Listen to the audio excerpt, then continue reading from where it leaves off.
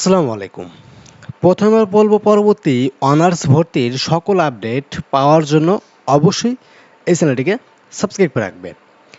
জাতীয় বিশ্ববিদ্যালয়ের 2025-26 শিক্ষাবর্ষে অনার্স ভর্তির প্রথম রিলিজ স্লিপের 5টি কলেজে আবেদন কখন শুরু হবে, অর্থাৎ যারা চান্স পাওনি সেকেন্ড মেরিট লিস্টে বা এখনও পর্যন্ত কোনো জায়গায় চান্স পাওনি তাদের প্রথম রিলিজ স্লিপে আবেদন করতে হবে।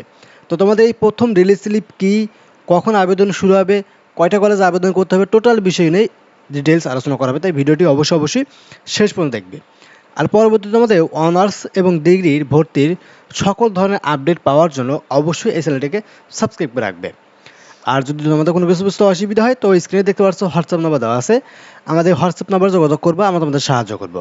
তো চলো শুরু করি আজকের এই ভিডিওটি। দেখো, প্রথমে আমি বলি তোমরা যারা এখনও পর্যন্ত চান্স পাওনি, প্রথম মেরিট লিস্ট দ্বিতীয় মেরিট লিস্টেও চান্স পাওনি, তোমরা যদি চান্স পেতে চাও তাহলে আমাদের সাথে যোগাযোগ করো, আমরা তোমাদের সম্পূর্ণ গাইডলাইন সম্পূর্ণ প্রসেস জানিয়ে দেবো কীভাবে কী করলে চান্স হবে।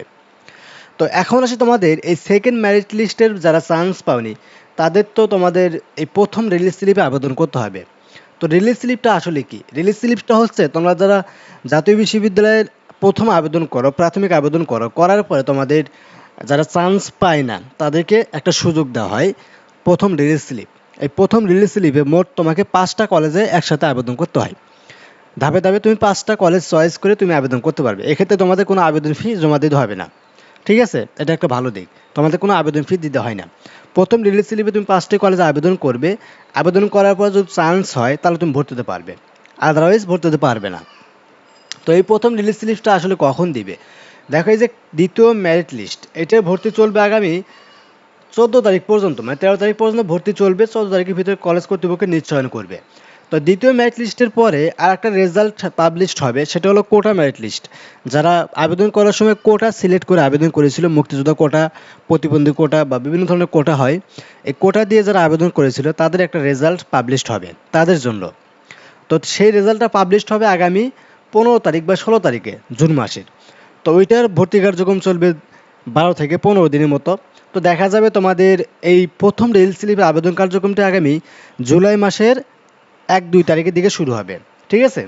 তো জুলাই মাসের 1-2 তারিখে যদি প্রথম রিলিজ স্লিপ আবেদন শুরু হয়, দেখা যাবে 6-7 দিনের আবেদনের টাইম দিবে, দেন তোমাদের রেজাল্ট পাবলিশড হবে, ওইটাই ভর্তি কার্যক্রম চলবে।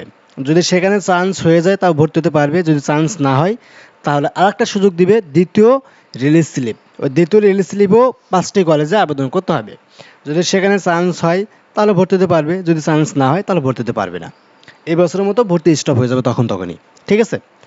সো তোমাদের সামনে একটাই সুযোগ রয়েছে, দুইটা সুযোগ রয়েছে, একটা হলো প্রথম রিলিজ স্লিপ আর একটা হলো দ্বিতীয় রিলিজ স্লিপ।